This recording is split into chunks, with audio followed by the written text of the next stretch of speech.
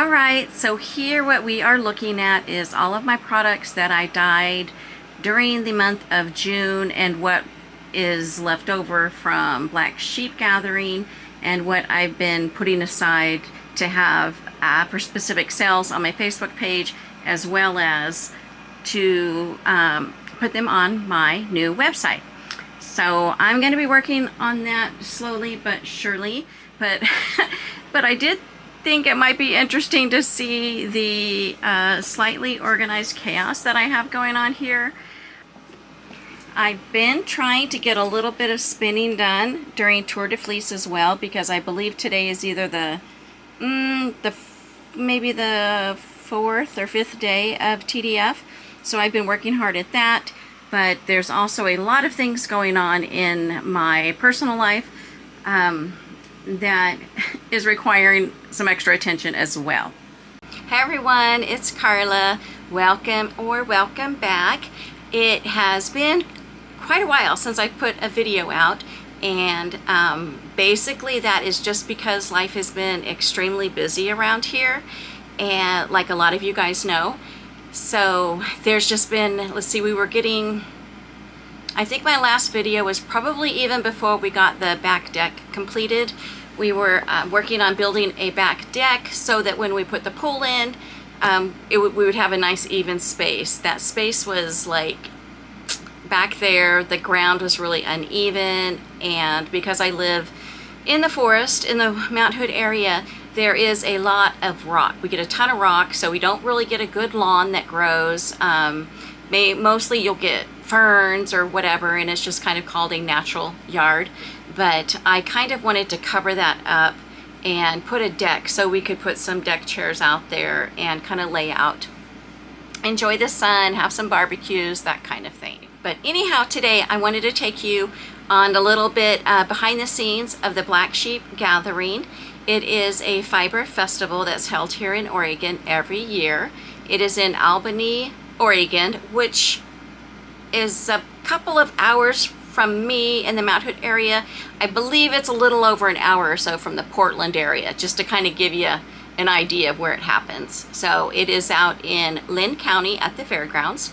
It is a 3-day festival, and I believe there are over 100 vendors that are vending, and I'm not quite sure if that includes the vendors that are out in the livestock barns, because vendors that are out there with their livestock, most of them also have booths out there. So that I'm not sure, so it may be a 100 plus. But I did take the time to do some filming. I was going to record the entire setup, but once we got there, it just kind of got real busy. Normally my son helps me with that, but this year my boyfriend came along, and he actually, which was great because him and my son both unloaded everything, and we had a new display stand, a cash wrap area, which was heavy. So I was thankful that they were there to help unload all that stuff. So, Black Sheep Gathering is something new for me. I did do my first year last year, and I had a really, really great sale.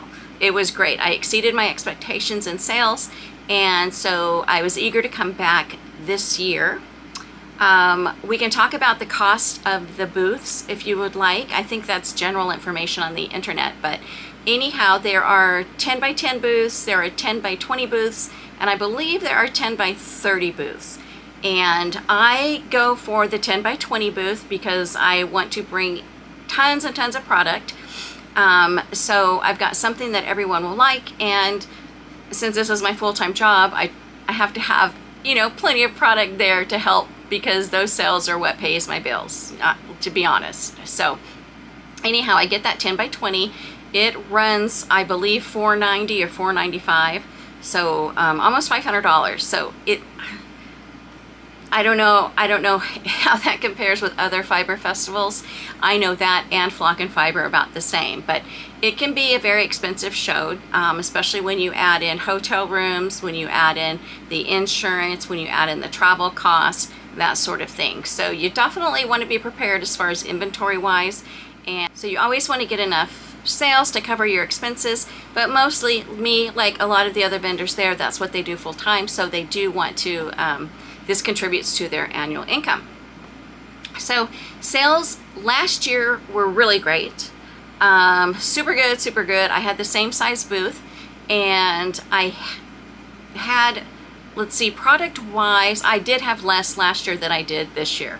This year I had higher expectations for higher sales, and I brought in more of a variety. So basically spent the entire month of June dyeing, and I was able to do that. I think I dyed probably 8 bumps, which is, a bump is 20 to 30 pounds each. So that's 200, and so let's just say I probably dyed 250 pounds of fiber last month. I was able to do that because I had purchased a used heating proofing cabinet. So I was able to get that going, and then I also dyed on my oven on the stovetop at the same time. So I was able to get a lot in, and I really enjoyed it. I love dyeing. I looked at my sales from last year and compared them to this year. So without giving you guys a dollar figure of what I made, I guess I'm going to keep that a little secret because it's my personal income. But my sales were down around 30% from last year. So you do the math, that kind of adds up quite a bit. So I definitely exceeded my costs of the booth. I definitely paid for all of my costs and my inventory. It's just that my profit margin was not as high as I thought it would be because I did not sell as much as I thought that I would. So, however, there's not a downside to that because I have a humongous amount of stock, which I know my online customers like. I pretty much tend to stick to the same type of fibers that I like and that I know will sell. So I'm not out, I'm not discouraged, it's okay. But yes, the sales were down. Without talking about the economy, I believe part of it is the economy because let's face it, I mean, everything is so much more expensive. Even just going to the grocery store, hamburger meat costing $8 a pound, that's crazy. So I know that I'm more cautious on how I spend my money, and I do believe that that's kind of what was going on. I noticed that crowd-wise, as far as the amount of people that were walking through, there weren't as many as there has been that I had saw last year. Last year it was pretty crazy. It was pretty busy. I believe last year Friday was my biggest sales day, Saturday was my second, and Sunday was really slow. So compared that to this year, Friday was my second busiest day. My slowest day was Sunday, and that was really slow. And then it was Friday, and then my top selling day was Saturday. I also brought a variety of fibers this year, different types of fiber. I brought merino alpaca camel silk. I brought merino bamboo. I did some Falkland, and I did Corriedale. I had some Cheviot, and I had some U.S. grown and processed wool. I also dyed Firestar, which is a nylon fiber. I dyed those in 4-ounce braids and also had those sold in 1-ounce or 2-ounce packets also. I had a little bit of Angelina. I had some bat ingredient bats. I had some bat ingredient bags, sorry, and some bats. And I had commercial dyed yarn and 2 racks of that. And then I had 1 rack of some hand spun yarn.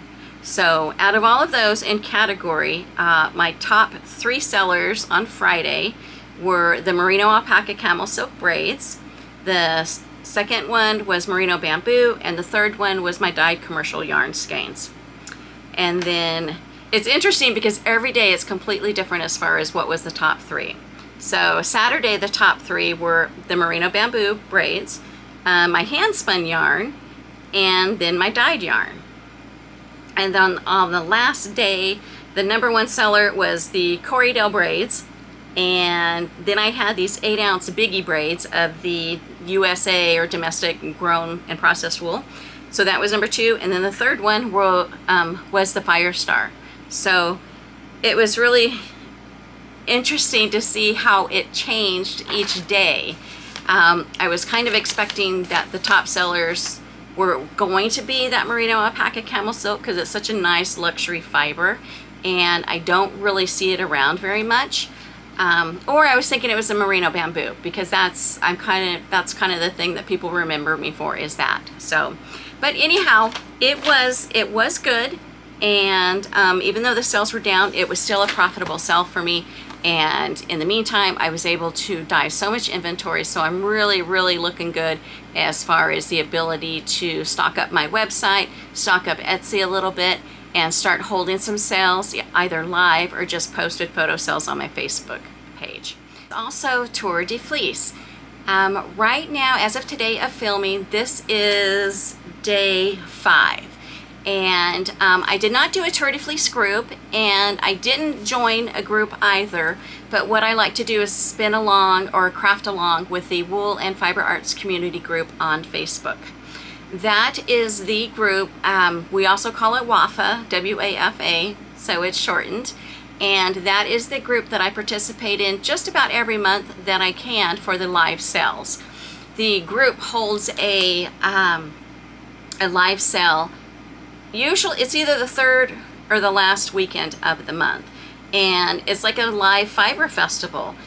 What you do is if you're accepted into the show or accepted to vend, you get 30 minutes, and during that 30-minute time you get to present your product, and people can comment to purchase, or you can send them to your website or whatever. But anyhow, so I've been following along with their calendar. And with it being on day 5, I don't know what today's challenge is, but I'm going to have to get busy. I've been trying to keep up and post on my Facebook group as well, and share that information, and share a link over to WAFA. WAFA does their challenge of the day, and during that time, we've got vendors that have donated a prize. You know, it could be yarn, fiber, bats, roving, dyed roving. It could be all sorts of things. But every day there's going to be a winner chosen from this specific post. So they'll post the challenge, and then if you comment on that, all of those people are entered into a giveaway. And so then they get that, which is cool, right? It's awesome. So anyways, that's where I'm at with Tour de Fleece. I was going to try to film every day, but that looks like it's not going to be happening. Okay, on the personal front, there are a lot of really cool, fun things that have been happening here over the last month or two. We were able to put in a new deck, which is awesome. Yay. We've got the swimming pool up, which is great. And what else? Let's see. My son and his girlfriend, my future daughter-in-law, they will be having a baby in September. And they've also just purchased a home. So we've been working over there trying to get things painted and cleaned and getting them moved in. So we've probably got another week's worth of work over there. So we've been doing that as well. This is going to be my first grandbaby, so I'm super excited about that. And the baby is going to be a little girl, so that's a little extra special because I am a mom to 3 boys, or 3 grown men. So it will be really fun to have a little girl running around.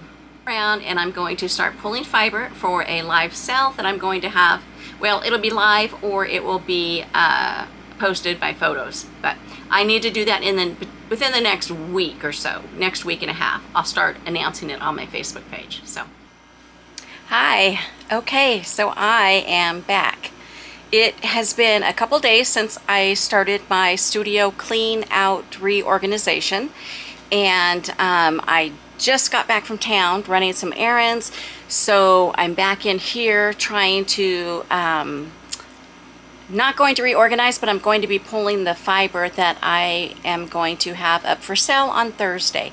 So I need to pull those fibers, and I need to photograph them, and maybe I might be able to schedule the posts on Facebook as well.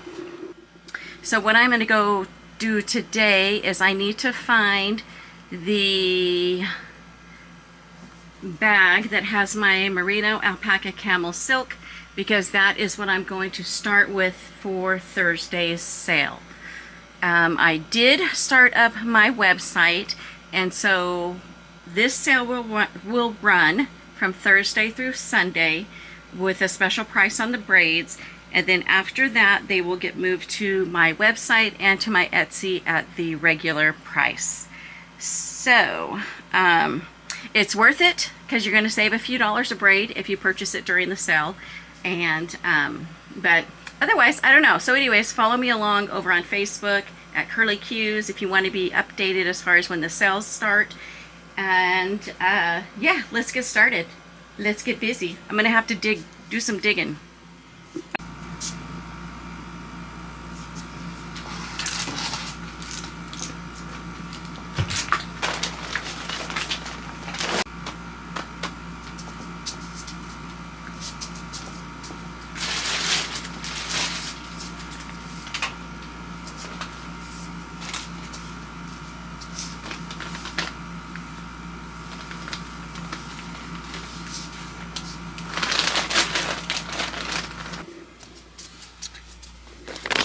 It looks like I've got some in here.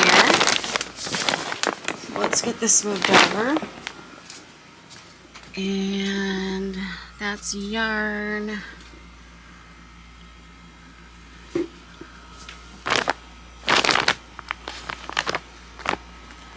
That's listed on Etsy.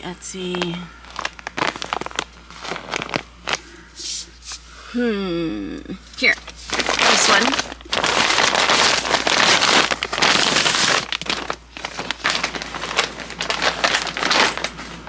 Okay, I'm hoping that I've got,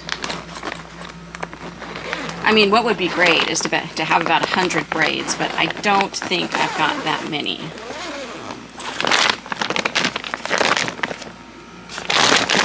But I'll count them, and I'm going to sort them out into their colorways.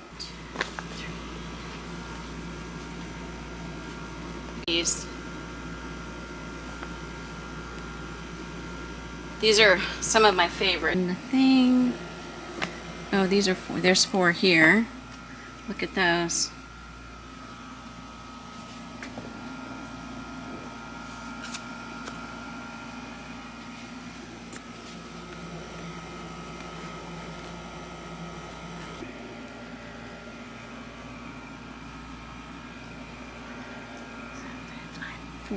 So I've got 40.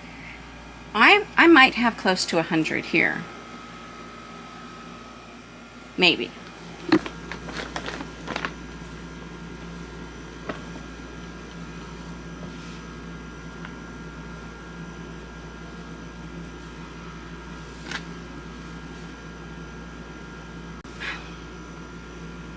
$48 there.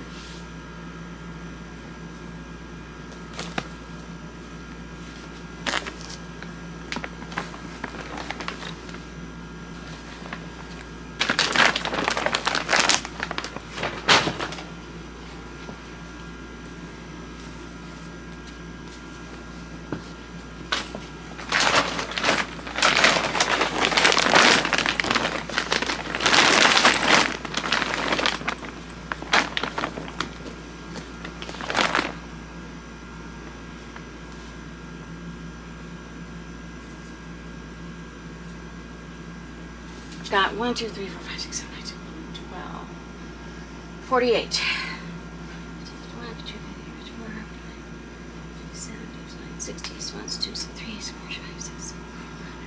71, 72, 73, 74, 75, 76. I've got 76 total.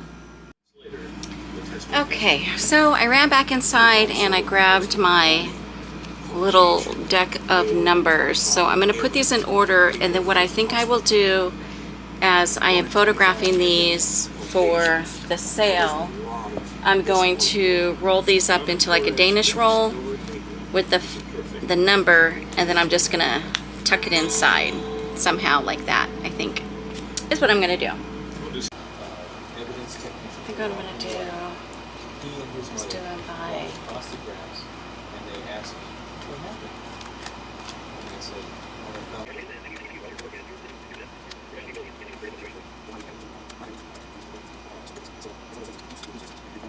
That's 100. Yeah. 3, 2. Wait, is that 1? That's 1. Is that 100? What the heck? That's 1. 2, 3, 4, 5, 6, 7, 8, 9, 10. 11, 12. 11, 12. Oh, I should be on green. 13. Okay. 41, 2, 3, 4, 5, 6, 7, 8, 9.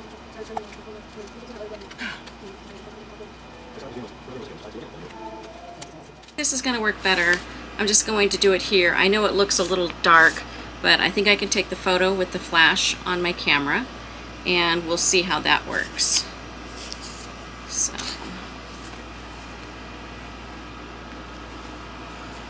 So I think we will do that, and then I'm going to, where am I going to put the number? I think I'm going to put the number at the bottom. Okay, so I think I'm going to do like that, and I'm going to put the number at the bottom, and then after I take the photo, I'm going to stick the number in here somewhere so I know what's what. So I think that's going to work. Wish me luck. When I take photos, I don't like using that live photo setting, so I try to make sure that's off. I put my flash, I want live off. I want my flash on, probably. Well, and then I'm going to aspect. I do kind of want these square, so I think I'm going to do the 1:1, although my son tells me to do 4:3, so I'm going to do that. I'm going to do the flash on. Okay, so let's see what happens and see if it doesn't show the shadows.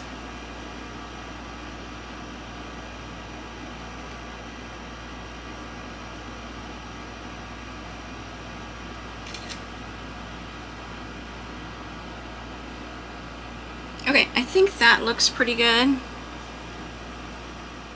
All right, here we go. It's going to take a little while.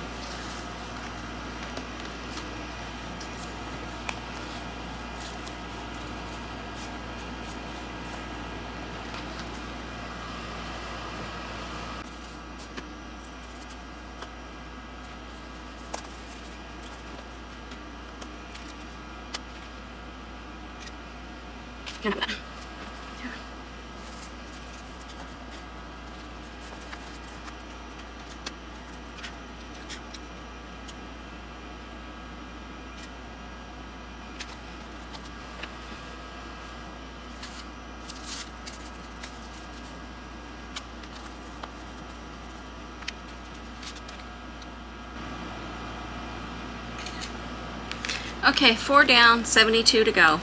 So I'm gonna let you guys go and I'll check back in with you after I'm done.